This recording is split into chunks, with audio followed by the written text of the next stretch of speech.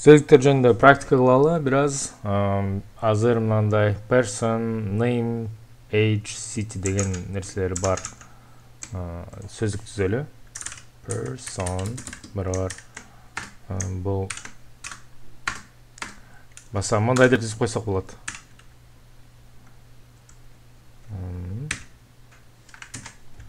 Name, мысалы,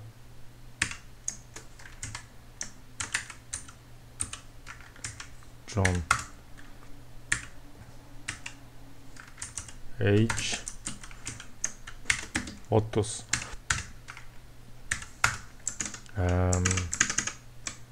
Age 30. City, New York.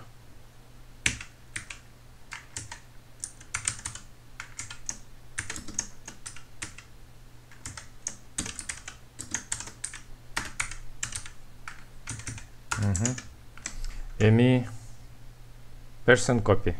Аны көчірмесін. Person copy барар.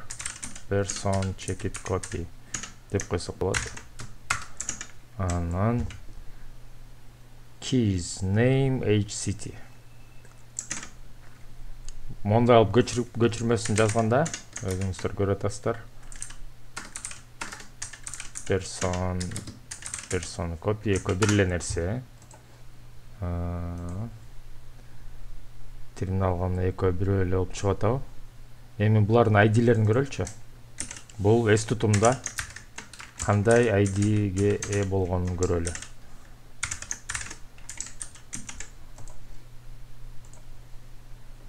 Эс тутумда эки башка жакта жатат, 472, 496 мына директери башка. Эки бирдей болгону менен, окшош болгону менен, эки башка объект болгону анык болду. Эми keys деген нерсе. Keys бар. Мындай кортеж бар дейли бизде. Ал кортежде мындай name бар. Age бар.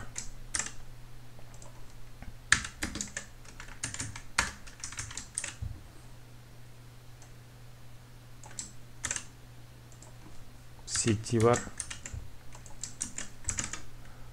Аларды person эки dict from keys. Person эки барар dict. Бұл ең сөздіктердің жоғар жағында тұрған иерархиясы бойынша ең негізгі класс, ушу dict деген класс.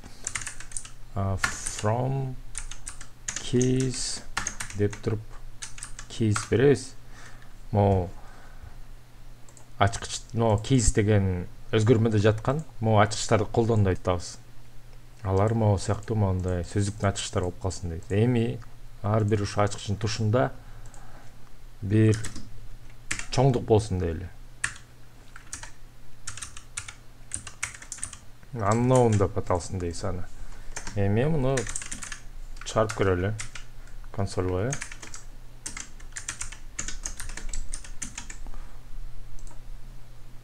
Name unknown, age unknown, city unknown. Башында ушинтип кандай бир абалкы дайындар менен түзүп койсок болот. Анан кийин дагы өзгөртүп алсак болот да. Person 2 clear деп койсок да болот. Муну беркиде көрсөтсөк эле мурунку сабактарда clear деп койсок ичиндегилердин баарын алып салат.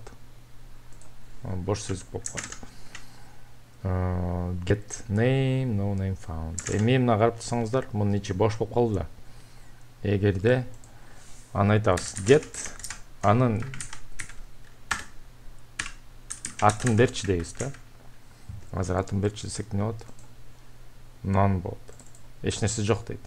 Эми экинчи аргумент катары буга get дегенге, но get'ин ичине бирөөнү жазып атабыз да. Кайсы ачкыч боюнча кайрыл депчи. Анан ичинде эч нерсе жок болсо nothing found деп жазып кой дейсиз да. Өзүңүз каалаган текст жазып коесуз. Эч нерсе табылган жок деп койсоңуз да болот. Мына жерге ушинтип чыгып калат. Nothing found деп. Gender. Бул деле тагы ошондой. аны көрсөтпөй эле коеюн.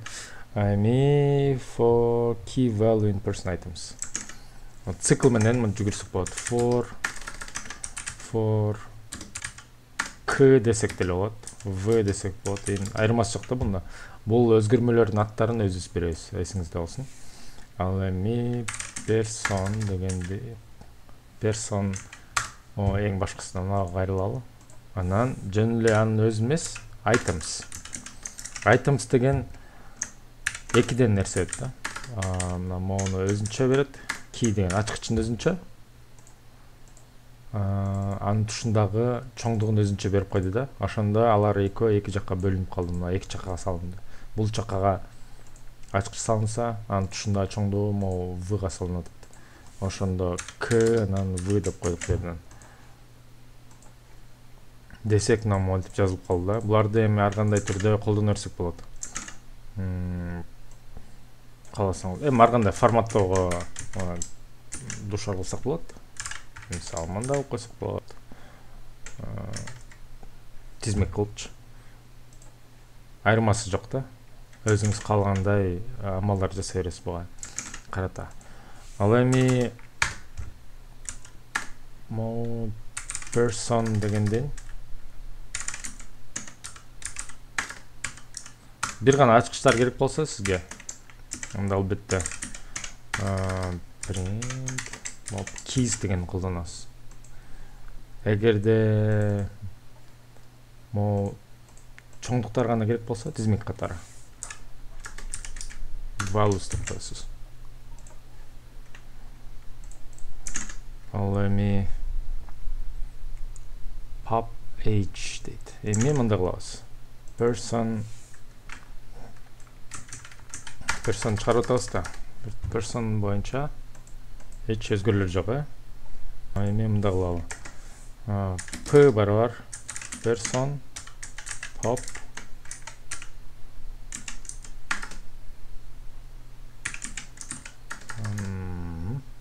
кызыктай жазылып атат.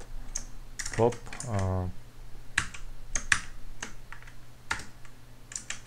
age деп койдук. Анан эми print p person анан p-ны өзүнчө экөөнү ütүрмөй ажыратып чыгарып көрөлүчү. Эмне болот экен? Моуларды ала турайын. Ошондо мына person чыгып атат, Монда чыкты. Age-ти кесип алдык. Pop деген бул кесип ал деген сөз. Ошондо age-ти кесип алып, аны p-га карматып койдук да. 30 деген сан, ошо p деген чаканын ичинде, өзгөрмөнүн ичинде отурат. Аны чыгарып койдук. Ал ичинен кесип алып таштайт экен, ыргытып салат экен. Ошондо могу жерден көрдүңүзбү, age бар болчу, аны кесип алып салды. Name менен city эле калып калды. Pop item деген да бар. Келиңиз эми дагы мону дагы көрөлү. Бул экөө макул болоттур. Бул экөөнү мындай жашыра туралы. P барабар дейбиз. P барабар person checkit pop item. Бул эмне болот экенин көрөлү. Могу жерде консоль тазалап салайын. Бул nothing found деди. Маяктагы чыгып атат, nothing found деген. Андан кийин name John age 30. Name John age 30. City New York деп кортежди кесип алып таштады. Келиңиз бирмесе эки жолу pop item кылабыз. P2 болсун дейли бул. P1 өз бияка чыксын, P2 маяка чыксын. Могу бизге тоскоол кылбасын, муну жашырып коелу. Ошондо name John эле калды. Мына оригиналдан name John эле калды. City New York биринчи кесип алганбыз да, эң аягынан. Анан H-тин могу жерден кесип алдык. Бул аягында эмне турса ошонун баарын кесип алат экен да, кезек-кезеги менен. Биринчи могу эң аягында болчу. Анан эң аягында бул болчу, анда кесип алдык, эми бул эле калып калды жалгыз эле. Ошондо бул кортеж кылып бизге берип атат. Set default. Occupation. Эгерде бул мындай нерсе да. Set default деген мындагы бизди алаксытпасын деп бияк чачып коелу. Person set default occupation. Occupation деген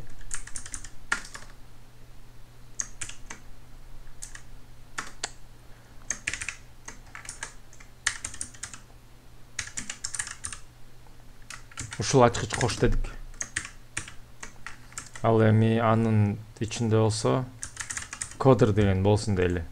Бул мындай кылат. Эми муну бир сөз өзгөрмөй жаздырабыз. Барабар ушундай деп.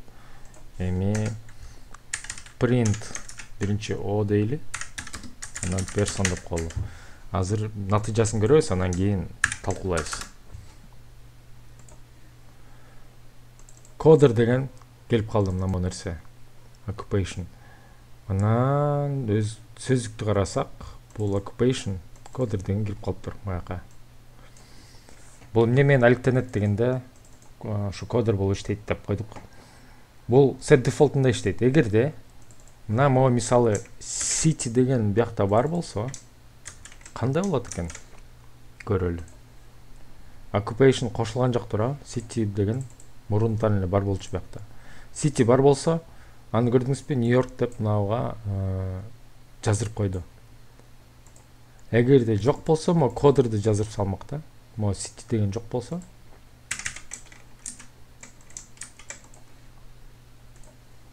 көрдүңүзбү? City деген мурун өзүнчө эле, кечээ city 11-дин өзүнчө эле Нью-Йорк деп бияк турган.